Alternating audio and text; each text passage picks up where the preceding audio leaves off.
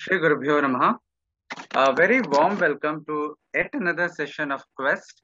And today we have a special guest, Shri Sampath Iyengar-ji, who is joining us from Bangalore. Before I introduce the guest, let me start with a small prayer.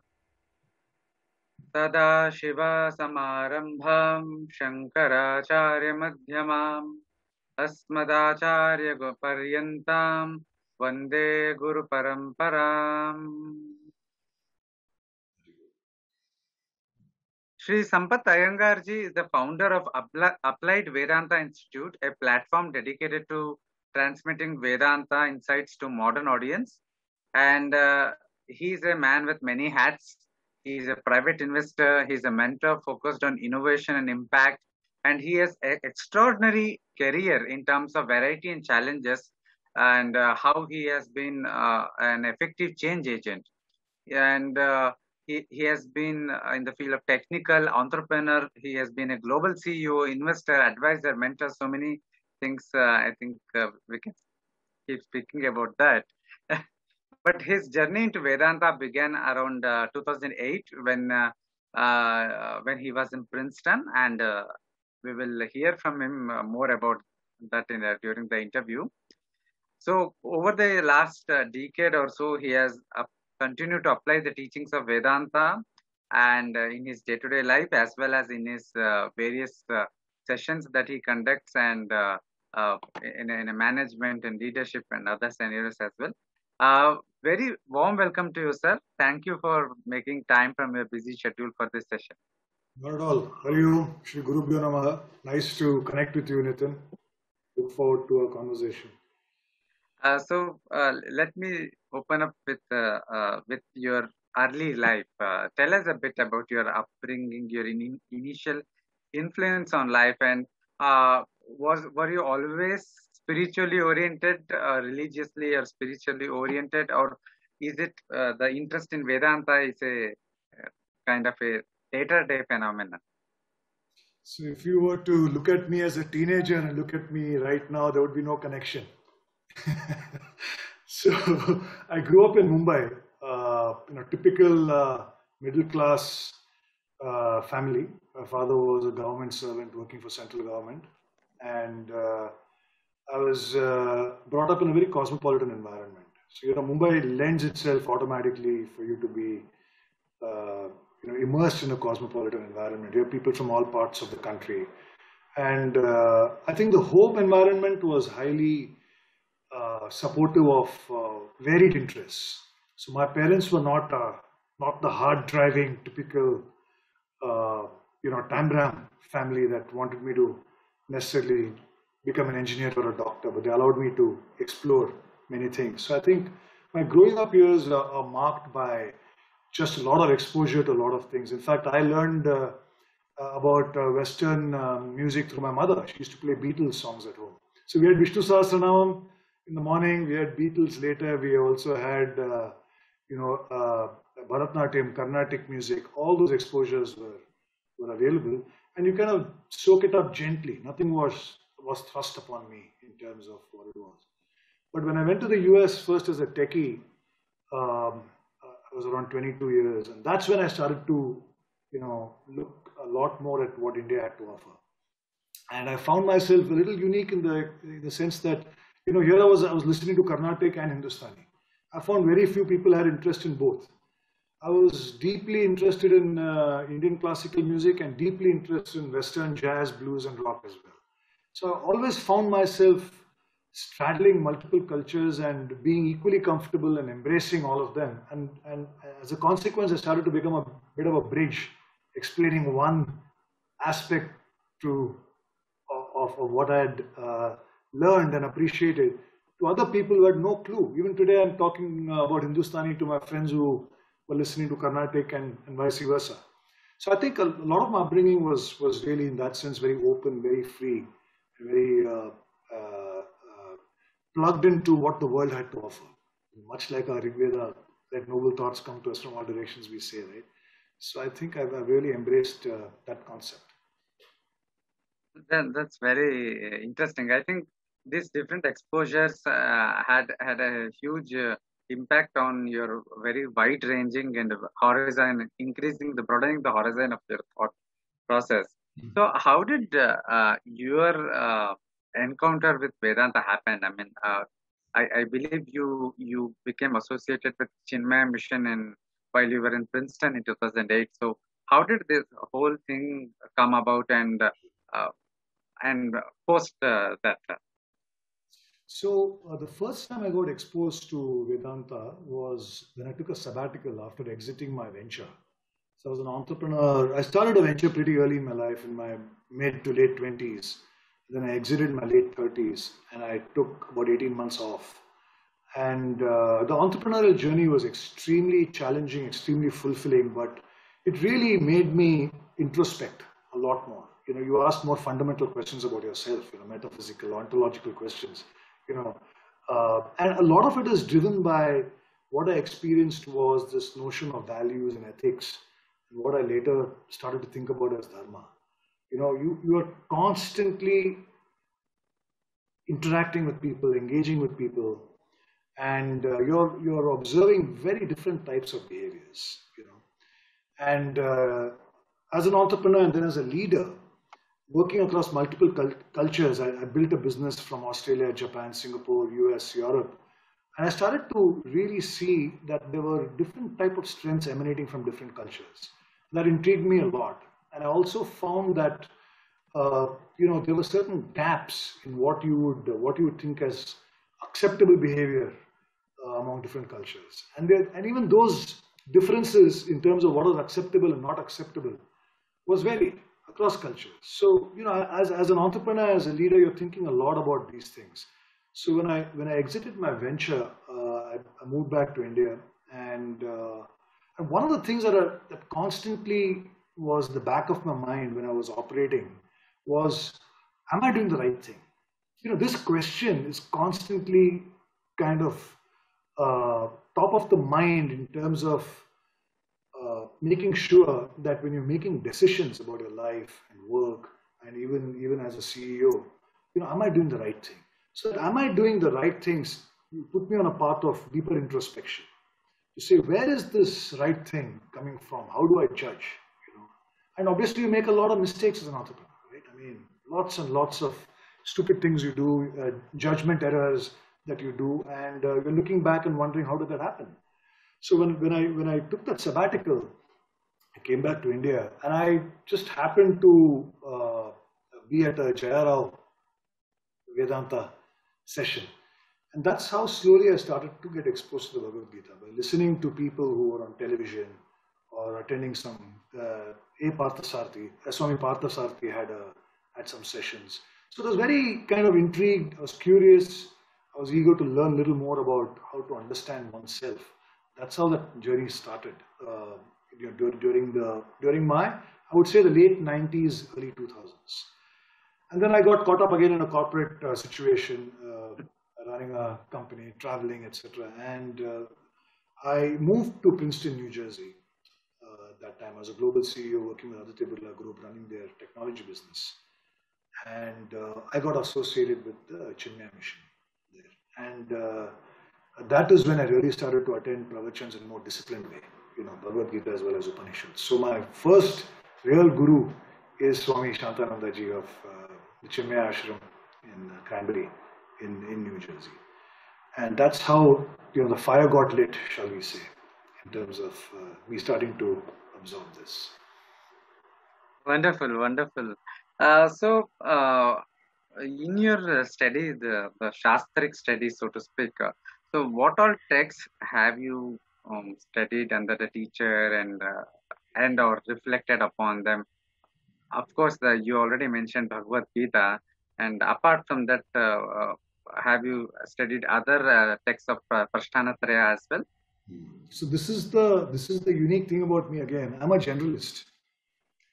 So in my programs, I talk about, you know, I approach this entire subject from a leadership paradigm. You know, what are powerful concepts, enabling concepts, empowering concepts that are in our scriptures that I can share in a meaningful context with people, in the modern context, in a meaningful context, in a purposeful context, then they're able to embrace it and start to apply it. So when I've approached my learning through this filter. So I've learned Sanskrit. I'm not an expert in Sanskrit. I've participated in several Upanishadic pravachans. But if you would ask me, am I an expert in anything? I'm not. So this is, I think, you could say, this is where I play the role of a bridge. And what I do is, this approach has allowed me to learn, but learn sufficiently that I can do what I do best. And then I tell people, now here you have to follow a path. So I'm giving you a slightly longer answer, but Bhagavad Gita pravachans, 3 to 4 Upanishad pravachans, is primarily where my learning has come from. And then I've taken them, I've extracted what I think are, like I said, powerful, empowering, enabling ideas and concepts, which can radically transform the way one thinks about our civilization and our scriptures. And then it's a journey for people to pick up the threads and find a guru, which also I try and facilitate wherever I can. I'm not that guru. Which are the Upanishads that you studied? So, Kena Upanishad, Kaivalya Upanishad, Mandukya Upanishad. Wonderful, wonderful. That I went through pravachans. Wonderful. And on the side, Nitin, I also see, I'm basically a Sri Vaishnavite. So my family sampradaya is Visishtadvaita. But if you see, I've again, in keeping with my openness, I've straddled Advaita as well as Visishtadvaita. So a lot of my reading has come from both sides. I've not really accessed too much of Dvaita literature, but between these two is where I've imbibed whatever knowledge I've got. Wonderful. Sampathji, my next question is, you mentioned about your approach to these texts, how when you study them, you study it from a leadership perspective, and your intention is to kind of extract the metaphors, powerful metaphors and frameworks that we can apply in real life situations. Can you elaborate a bit more about that, especially with some examples from the text that you have, you realize that they are very important in a leadership context, in the context of today's management and those who are in the management positions, leadership positions, or for entrepreneurs, how it helps them? Sure. So the very first program I decided to put together, it was done with the experience I'd had about mentoring entrepreneurs and mentoring leaders, and also my experience as a leader. So I called it Vedanta at work. How do you apply Vedanta at work in that sense? And I then brought in some of the curriculum questions were more to do with leadership as well. So in a way, I could now talk to people who were professionals, who were playing individual contributor roles, who were practicing professionals like accountants or doctors. And then I could also then talk to CEOs and entrepreneurs from a leadership point of view. So I tried to create two flavors of Vedanta at work. And my approach, like you said, is to look at it from a framework point of view. So, when you apply strategic thinking, you bring in this notion of top-down and bottom-up and outside-in approach. So I started to frame this by saying, okay, first let's look at Purushartha, purpose of life. Then from Purushartha, I started to go down to Dharma. So in my program, for instance, I talk about 5 dimensions of Dharma. Then you talk about Artha and how Dharma and Artha need to be balanced. And so I from a Purushartha framework concept, I keep out moksha. I tell people I cannot guide you to moksha, but I can talk to you about Dharma and Artha. And Kama, I don't have to tell you, everybody knows what to do. So that's how I start this. And then I marry Purushartha with Ashrama. And then I go down to Swabhava, Gunas, Swadharma. And one of the key things is, if you look at the Bhagavad Gita, it starts with the word Dharma and ends with the word Mama. So really it is going from macro Dharma to micro Dharma. So macro Dharma to Swadharma.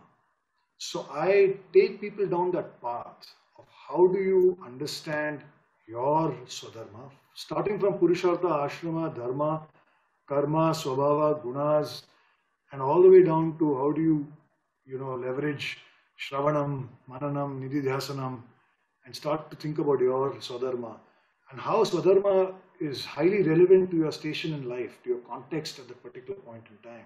That's why a lot of dilemmas and confusions happen if you think in a practical situation. Then I talk about karmas, and then I talk about what Karma Yoga is all about. And then the big part is Antahkarana. Many times in leadership roles, entrepreneurial roles, even as a professional, it's how you manage your Antahkarana that makes the difference in terms of how you operate. Right? And that is your Ahankara. Being aware of your Manasa, being aware of Buddhi, being aware of Chitta. What role is that playing? Bringing that in a meaningful way and then applying it to leadership or as a professional. Dealing with challenges. And then I've taken this into other areas as well, where I've created separate frameworks, critical thinking framework, and marrying critical thinking and Vedanta. Innovation frameworks, marrying innovation with Vedanta. But broadly, these are the big concepts that I delve into, and then try and apply that to these practical roles that people play, and then allow them to embrace it and start to experience it. The vital thing here, which again coming from a leadership paradigm, is one thing is to know what all this means. And I've got this program blessed by my Guruji, so I know I'm not talking nonsense, right? It's very important. So, and then say, okay, now take it, apply it, because Vedanta is a science. It comes from experience. This is not about, you're not supposed to embrace anything out of blind faith. And I explain how Upanishads and Bhagavad Gita themselves are debates, they're discussions, they're dialogues. The disciple questions and the Guru illuminates, right? That is the process. So I give them that mindset with what I call the fundamentals, and then allow them to start experiencing it, applying it, and then they start to embark on the journey. When they have these aha moments, oh, correct, I noticed this thing when I had to, deal with my manager, or I discovered this particular concept working well for me when I made a career change. That's when the conviction starts to build on what are scriptures, how powerful they can be to help you navigate your life and work. So that has been the process. Wonderful, wonderful. I keep repeating wonderful, wonderful because I'm finding this conversation very insightful. You spoke about dharma, about how the universal dharma has to be personalized into our swadharma. And this brings me to the question of dharma. On one hand, we have, of course, the Shastric definitions of dharma. For example, dharayate iti dharma, dharma vishwasya jagataha pratishtha. So basically, all these definitions imply that dharma is that which holds together or which upholds life or which gives meaning or purpose to life or something like that. And of course, there are other Mimamsa definitions as well about dharma is that which has been enjoined in the Shastras, in the Vedas and all. But that is kind of a, that is the framework or the theory or the basic knowledge that the texts give. But each one of us, when we study these texts, we engage with it at a different level based on our own current conditionings and our own current stage in our spiritual evolution, so to speak. So, how do you understand dharma as in your personal life, so to speak, in your activities, in your work? How have you what is its place in your thought process, in your day-to-day living and your activities, be it as an entrepreneur or a coach or somebody who's a mentor and something like that? Yeah. Sure. So, like I said, I talk about 5 dimensions of dharma, and I also talk about dharma rakshita rakshita. So, I enjoin people that when they think about dharma, there are many ways to think about it. One is as a set of concentric circles. So, think about dharma as duty. Duty to yourself, to your family, to your community, to your nation, to civilization. That's one dimension. Second is what you talked about dharma as what upholds and nurtures and protects. Then I talk about dharma as the dharma of something, which is a metaphysical dharma, right? Then there's the intellectual dharma of ethics and values. So this is how I explain to them, and then I say, okay, you have to think about dharma and all its facets. Then I also talk about myths of dharma. Some people feel, so long as I'm taking care of my family, my dharma is done. So far as I'm being financially honest, I'm fulfilling my dharma. So I tell people you have to think about dharma in a broader sense. And then your role in terms of how you propagate dharma, how you follow dharma, propagate dharma, support dharma, nurture dharma, expand dharma. So that is kind of a path. So you have to think, it's always a journey, right? And you're uncovering, you're peeling layers of dharma. You're applying it to situations and contexts. So, and then you start to apply it to yourself in terms of all these dimensions, So then you start to think about your impact, the larger world. Then you go, then the Western paradigm of sustainability is there, right? So I talk about a 5P framework of sustainability. That there is the planet, there is profit, there is people, there's purpose, and there's potential. So now potential is again represented by Swadharma. Now I ask people to envision a situation where every individual is aware of his or her Swadharma and is given an environment to allow that Swadharma to get to blossom forth, would we not have a far more harmonious world? Many conflicts are a result of people not understanding their Swadharma. And as a consequence, and that is why we are saying that the Vedanta and the Gita also says Paradharma is evil. That somebody else's dharma when you apply it to yourself is also not appropriate. So this constant evaluation of have you understood yourself? What is your Svabhava? Have you understood your situation in life? Then the framework of the Varna system, the Varnashram, are you able to understand, what Varna best defines you? Then are you able to act? Is your karma in consonance with your Swadharma? That is when the fulfillment happens. Then, I explained about how karma yogis ultimately are instruments. Right? It is not about, action for the benefit of yourself or solely for the particular objective you've set. Although there are karmas that allow you to act for that purpose as well. But the broader picture of karma yoga and how you can get on the path to becoming a karma yogi. The important thing here, Nitin, is that there is no switch that you turn on off. Everybody has to get on that journey, get on that bus, get on that path and start to apply these and get better and better. So that whole, mananam, nididhyasanam is vital to uncover these things. And then I take examples of, and people are, the Q&A is the most interesting thing in my programs, I must tell you. Each session is about 45 minutes to 1 hour. The Q&A is 1.5 hours. That is when people are really able to, contextualize a particular concept, get their heads around it and embrace it, and then hopefully, like I tell them, take it away for a Monday morning application. So that is really the way I think about Dharma and the way I communicate how people need to think about it as well. I think one of the biggest challenge that people, especially nowadays, all of us who are in a high-moving job, very dynamic and very work-intensive jobs. The one of the issues that most people face, especially in corporate management, leadership, and such positions, is that work-life balance. It's difficult to balance your work, your dedication to work, your duty to your family, and all.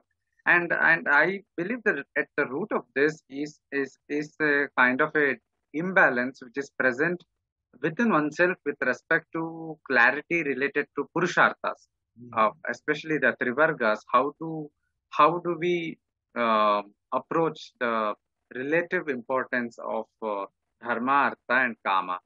And somewhere I find that a lot of people today have placed undue importance on artha at the cost of other two, the kama and dharma. So tell us your view on this, and what do you advise your audience about balancing this purusharthas in one's life, and having a work-life balance, having a kind of a more harmonious and fulfilling life, so to speak. Right. So, I go some distance in the way you've described the challenge. I attempt to try and solve it up to a point. Uh, I don't believe I have the capacity to get them to see the full light. So what I do is, obviously I spend quite a bit of time with Purushartha and Ashrama, right? And you have to make sure that the pursuit, for instance, of Artha that happens at each stage of Ashrama is also calibrated. One of the biggest things we see today is how people don't let go of Artha. 60, 65 person is 70 years old. There is no evolution of the individual. What the person was doing at the age of 25, the person is doing at the age of 75. You still want money, you still want fame, you still want to cling on to your positions. You're not letting go. So I think a deeper appreciation of Purushartha and Ashrama will allow people to calibrate when they pursue Artha, how they balance Dharma with Artha, at what stage they recalibrate their karma choices, or where they're spending time between Jnata, Karta and Bhokta. Has to be recalibrated all the time, right? If for instance you are at a point where you want to take on more responsibility, you want to make more money, you want more responsibility, are you then prepared to reduce Bhokta? I explain to people there are trade-offs. You have all these levers, but you can't have it all. Most people have a problem because they want to still have it all. They're not willing to acknowledge that if I want to grow in my career, I need to reduce Bhokta. I need to spend more time learning. So somebody who wants to change the career, like, I shifted my career. I went from a technology CEO to investing. So I actually had a big step down, and I had to recalibrate my time. I had to learn at a much older age. So you have to be aware that you have to recalibrate your choices at every stage. And this thing that if you don't understand that you have trade-offs, that you have to make sacrifices to achieve something bigger or something that you desire, creates that tension. Once you know that, then you're able to, order your life a little better, I feel. Right? And then again, it comes back to, if you're following your Swadharma, then you're operating with minimal friction. So let us say, your Swabhava is that of a wonderful doer. You're a brilliant innovator, brilliant engineer, but you get pushed into management role. Look at the amount of distortion and dissonance that gets created. How will you then have work-life balance? Because now you put yourself in a position which is not really aligned with what should be your Swadharma. So that's the first step. Whatever you do must come easily to you. It must be natural. It must be part of the potential that you are going to fulfill. That will allow you to manage your time, manage your surroundings, manage expectations, manage the objectives that you have much better as well. So again, aligning Swadharma with karma, the actions you take, is it consistent with what you want to do? Keeping in mind Purushartha and Ashrama. So it's all integrated, right? That's the beautiful thing about Sanatana Dharma. Everything is integrated. It's connected, and you just have to start to see the pattern. And connecting these dots is part of what I try and do in my sessions. You have started this institute. Is it a brick and mortar institute? Is it a mainly online institute, the Applied Vedanta Institute? Can you tell us more about when you started it? How did it come about, and what are its activities that you carry through it? So it's firstly pure digital right now. I do envisage that there could be a brick and mortar side to it. Some of my well-wishers, some of the feedback. By the way, I just want to tell you and the viewers that we hit a milestone yesterday. We crossed 10,000 participants. Oh, Applied Vedanta programs. So congratulations! Milestone that so it's been online, digital, and I think the pandemic has really, nudged more people to seek. Some amount of sadhana has been pushed on people, shall we say, by virtue of the pandemic. So it may eventually also, because I've been encouraged by my well-wishers and people who've been giving me feedback to set it up and do weekend sessions, because some of the feedback I've got, Nitin, is that it's very intense. That all these concepts I'm covering. And remember, I'm doing 101. I'm not speaking to people like you. I'm speaking to people who don't really have much exposure, who are curious, who have typically followed dharmic practices from a ritual point of view, who probably have bhakti, who are regular visitors to temple, but who have not explored the Vedanta side or the Upanishadic side. Right? They've really appreciated, and they're immersed in some other aspects of dharma. So to that extent, this program, it takes time for people to absorb. These are about 15 to 18 concepts, I would say. And each concept you need to really embrace and apply it and learn. So I've been encouraged to do weekend programs. So then there can be a lot more discussion on the applied side, and I can bring more corporate people in as well, so they can get a little immersed in these ideas and the application of the ideas. So that's kind of the journey. It may happen, Krishna Kripa. We'll see. But this came about. I did my first program in Jan of 2019, and I must tell you, this is, to me, it is like what I'm practicing, or I'm preaching what I practice. Think about it in that way. I've just become an instrument. When you say karma yogis are ultimately instruments, I don't know if I'm there, but I am pinching myself when I do these programs. I mean, how am I doing it? Look at my background. I mean, how did I end up doing this? So I'm also quite, amazed at the fact that I'm doing what I'm doing, and the fact that it's growing, and I'm getting wonderful feedback from people, and making a difference to people's lives. And so this, to me, is just it's a divine thing that's just happening through me. I'm one of many instruments that's transmitting, our treasures. So it just happened that way, and then I shared my thoughts with my guru, and he says the concepts are explained very clearly, so go ahead, and then it has just taken a life of its own. And then as I get feedback, I've been improvising, and I've got now, I run about 3-4 programs. The most recent one is Practical Bhagavad Gita, I call it. Again, taking the concepts and seeing how people are able to appreciate it, understand it, and then implement it. My most popular program in terms of numbers is Critical Thinking and Vedanta. Because it's very universal. I mean, students need critical thinking, professors need critical thinking. Everybody looks around and says, what's really missing in our education system is critical thinking. So that has become quite a popular program. Vedanta and Innovation is a relatively new program. I haven't done many sessions of that. And then, of course, the Vedanta at Work for leadership and profession. So programs have been kind of evolving based on how the concepts can be applied. And wherever I see there's a lot of need in today's situation, I try and say, okay, what concepts can be useful for somebody? And then I try and build a program, and then I get people to think about it. So that has been the journey so far. Well, you mentioned that Vedanta and Innovation is your latest program. Can you tell us more about it? I mean, what the perspective of Vedanta can help innovations, or provide how does Vedanta provide a different perspective to approach innovation as a whole? Right. So because I do quite a bit of mentoring in the innovation ecosystem, I have identified the challenges for innovation. Look at our society. We are a very deeply feudal society. Right? You look at the culture, the work culture is still feudal. If you look at where innovation has happened across the world, feudalism is the enemy of innovation, fundamentally.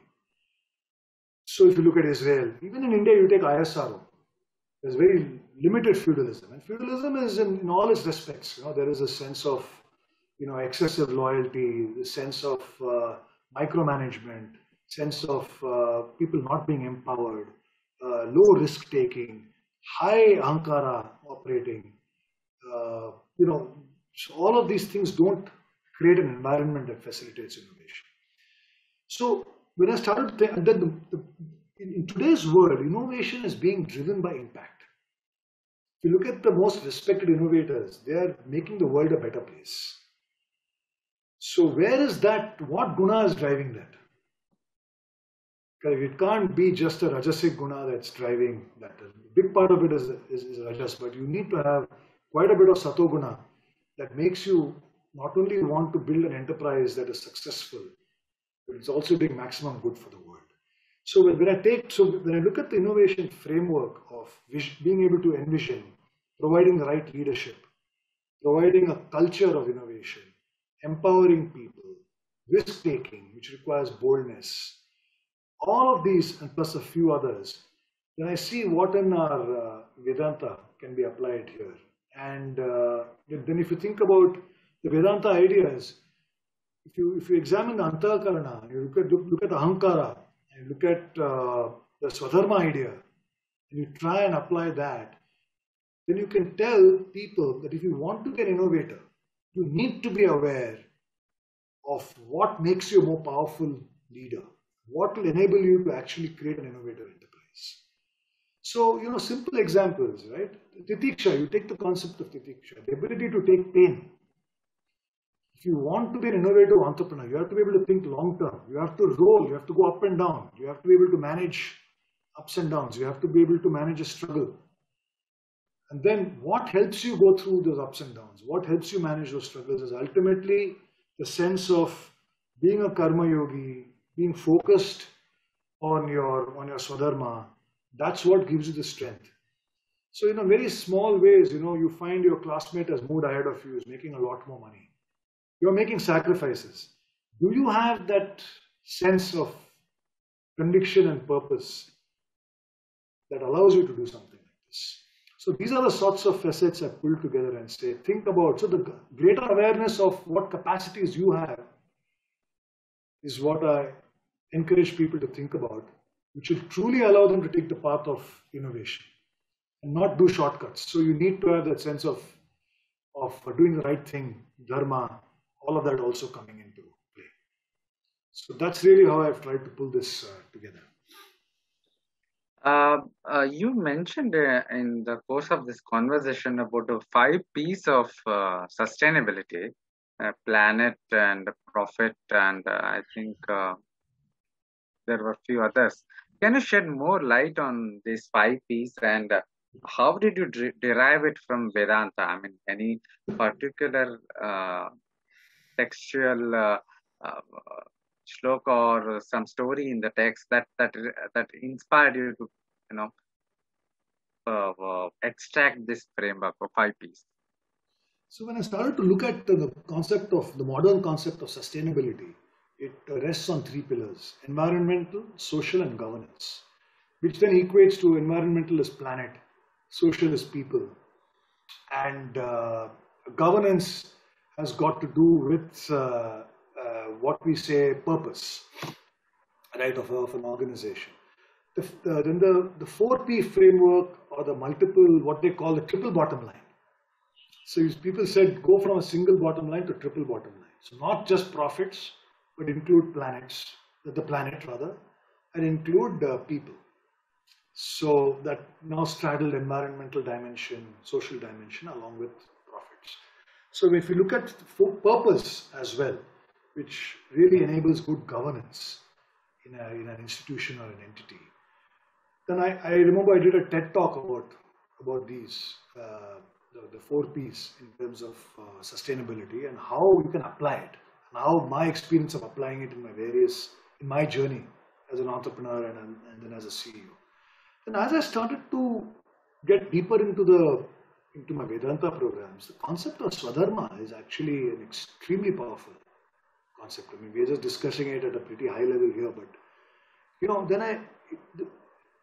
even the idea of purpose in an entity, in an institution, an organization, is you can only take it so far, because it is being institutionalized with process, right? It's ultimately process. But then how is an institution or an organization really taking the potential of the full organization to the next level? You can do that. It's like a team that is fulfilling to its maximum potential can only do that when the individuals in the team are operating at their maximum potential. So we forget that there's a micro, And you have to marry the macro with the micro. So if you want an institution to fulfill its potential, then you have to pay attention to the individual Swadharma, which then contributes to a collective Swadharma. And that is when an organization can truly fulfill its highest potential. And that then encompasses the other facets of sustainability as well, which is why I brought the fifth P in to say potential. Potential of organization, potential of individuals need to be connected. That was the thought. Fascinating, fascinating.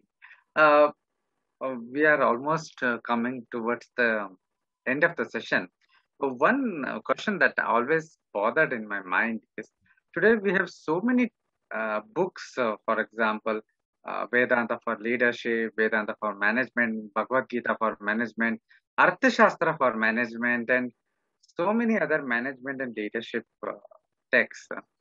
Well, I understand its relevance to and its focus area being the audience in the sense of those who are in the corporate sector and leadership positions. But somehow I am kind of a purist, so to speak, and I find it such overemphasis on one aspect of a text kind of reduces the whole text to that aspect and kind of misses the larger picture. I mean, for example, uh, Bhagavad Gita is not per se a leadership text, though it has leadership lessons, but it has many other lessons as well, and not just spiritual lessons, but lessons. All these concepts such as Purushartha, Ashrama, Varnashrama, and Swadharma. All these concepts are in their very essence very broader in their horizon. But when we often, when people write the books, they kind of simplify it.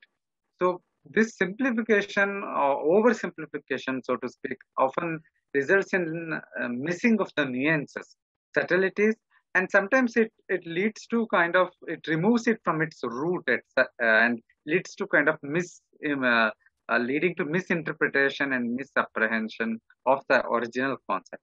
So you have been teaching these things for a select audience for a few years now. So how do you ensure that simplification or contextualization of a particular concept to a particular area does not lead to kind of misinterpretation, so to speak? Uh, have you thought on these issues? And if you have, so what are your solutions to this problem? I think that's a brilliant insight, Nitin.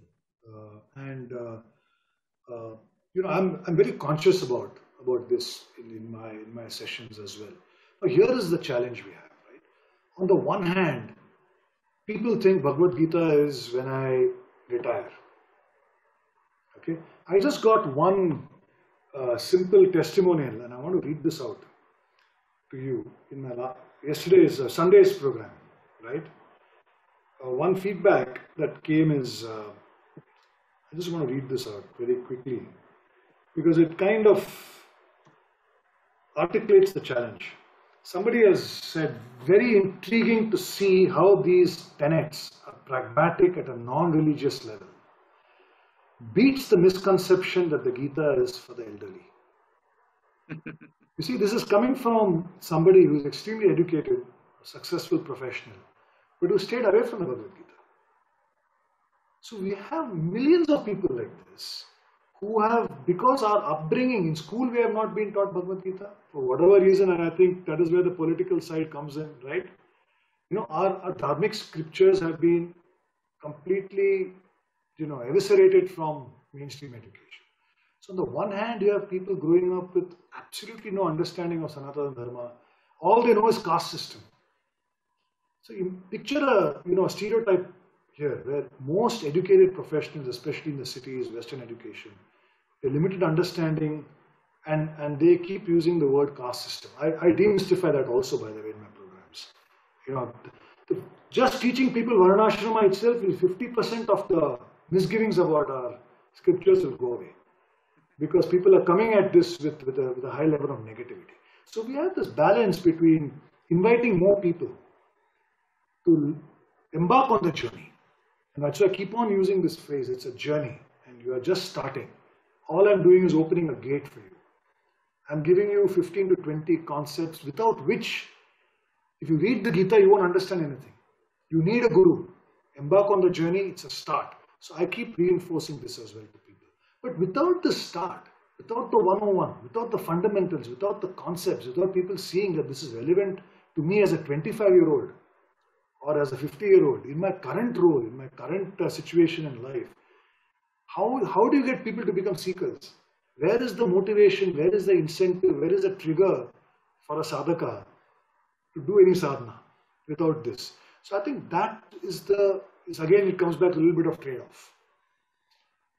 So it's important, like you said. Now, sadly, many books have oversimplified the concept.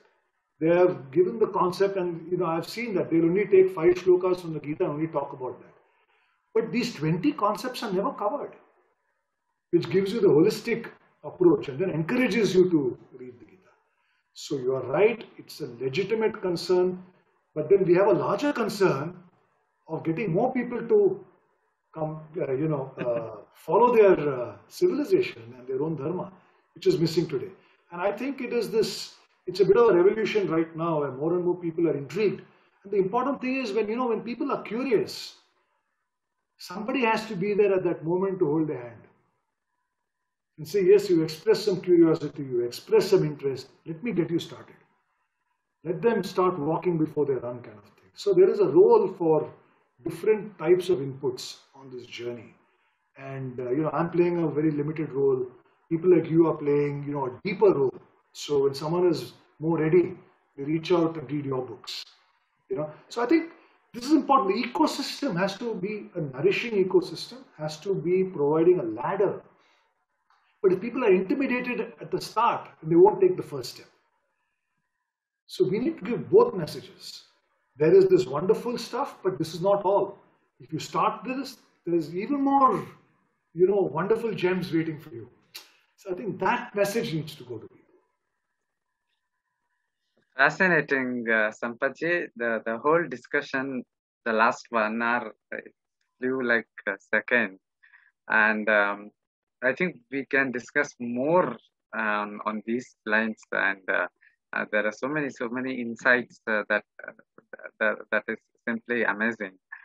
And since we have already come to a conclusion of this session, on the behalf of entire Advaita Academy and all of our audience, I want to thank you again for making your time for discussing this.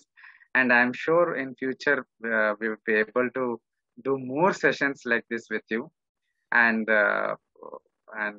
discuss all these interesting aspects of sustainability, Purushartha, and perhaps even the political aspect of how our education has deracinated and derooted the Hindu population from their own civilizational roots. And this is a concern which is deeply close to my heart as well.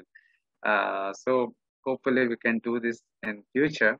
And again, I thank you for taking your time for this session. Hey, my pleasure. Krishna Kripa. Hari Om. Shri Guru Bhyo Namaha. Dhanyavada. Thank you, Sampathji.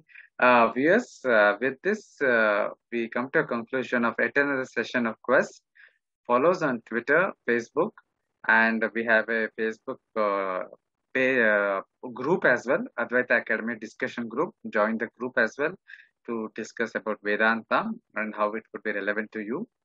And follow us our social media handles for more events. We bring you weekly events, weekly talks, and other things. Shri Guru Bhyo Namaha.